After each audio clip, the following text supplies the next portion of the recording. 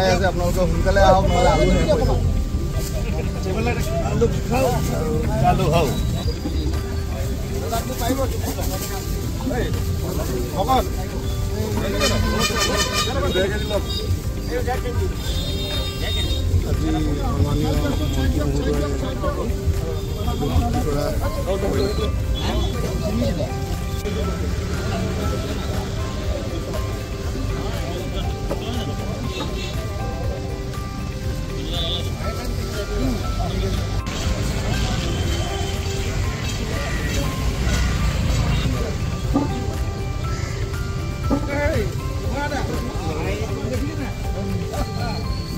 আমি দিহিংচাং বহুমুখী সমবায় সমিতি মাননীয় মুখ্যমন্ত্ৰী ডাঙৰীয়াৰ পৰামৰ্শ অনুসৰি আমাৰ সমষ্টিত গঢ়িছিলোঁ আৰু আমাৰ বিভিন্ন কামৰ ভিতৰত এটা আলু উৎপাদনৰ কামতো আমি জড়িত হৈছিলোঁ।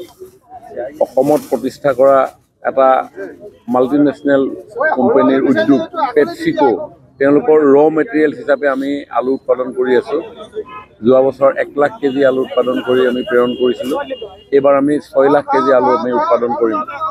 এতিয়া যিটো আলু দেখিছে এইটো এটা বেলেগ ধৰণৰ আলু, জিৰ' টিলেজ পদ্ধতিৰে কৰা এই আলু।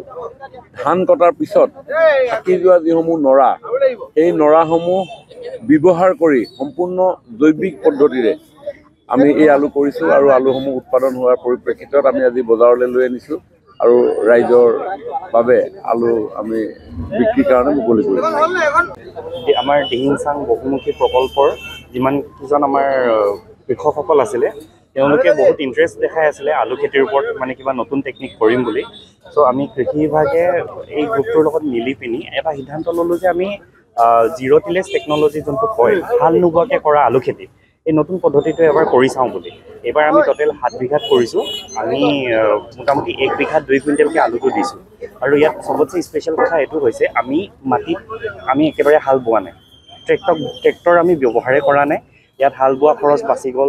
আমি কেৱল কি কৰিছোঁ, জাষ্ট আলুটো দিছোঁ, তাৰ ওপৰত আমি জাষ্ট 1 আঁঠুমান খেৰটো ঢাকি দিছোঁ আৰু ইয়াত কেঁচুসাৰ কিন্তু দিয়া হৈছে। আৰু সেইটোতে আমি 80 দিন ৰখি দিলোঁ। 80 দিনৰ পিছত আমাৰ প্ৰডাকশ্যন ষ্টাৰ্ট হৈ গৈছে। আজি আপোনালোকে যোনটো আমাৰ ইয়াত দেখিছে এইটো জাষ্ট এটা সৰু এটা দৰাৰ এই আলুখিনি। আমাৰ আৰু 1গালমান দৰা আছে, এতিয়াও হাৰ্ভেষ্ট কৰিব বাকী আছে। আৰু আমি আশা কৰিছোঁ এবাৰ মানে কমচে কম বিঘাত 20 কুইণ্টেল মানুহ যদি পাওঁ আমি বহুত সুখী হ'ম মানে।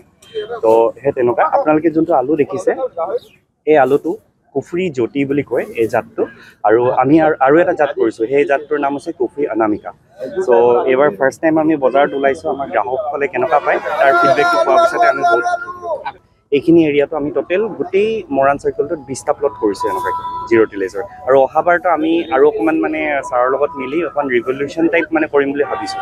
অকণ লাৰ্জ এৰিয়া আমি জিৰ' টিলেজে কৰিম মানে তেনেকুৱাকৈ। সচটো আমাৰ আহে, আমাৰ বিভাগত সচ আহে, কুফৰি জ্যোতি, অনামিকা, পুখৰাজ আৰু ইভেন ললিত বুলি আহে। এইকেইটা জাত বহুত ভাল পায় জিৰ' টিলেজৰ কাৰণে। সকলো ঠাইতে হ'ব, খালি এটা কথা কিন্তু পানী জমা হ'ব নালাগিব। এইটো আপোনাৰ ড্ৰেইনেজ ফেচিলিটিটো ভাল হ'লেহে আলু খেতিটো ভাল হয়, আমি চবেই জানো। এইবাৰ আমি একচুৱেলি আৰু আশা কৰিছিলোঁ। এইবাৰ আমাৰ সকলোৱে জানে শিল বৰষুণ আহিলে মৰাণত, দবা পিটা বৰষুণ, শিল বৰষুণ, আকৌ পৰুৱাৰ অকণমান হেৰি হয়। যিহেতু আমি পেষ্টিচাইড মৰা নাই তো, সেইকাৰণে আলুটোত অকণমান মানে পৰুৱাই অকণমান নষ্ট কৰিছে। আৰু আপোনালোকে জানে বৰষুণ দি থাকিলে আমি দৰৱ মাৰিও কণ্ট্ৰল কৰিব নোৱাৰোঁ, নহয় জানো? পানীয়েতো ধুৱাই লৈ গুচি যায়। ত' সেই তেনেকুৱা টাইপৰ। কিন্তু এইটো পিয়ৰলি জৈৱিক হয়, আমাৰ মানুহখিনিয়ে খাই খুব ভাল পাব।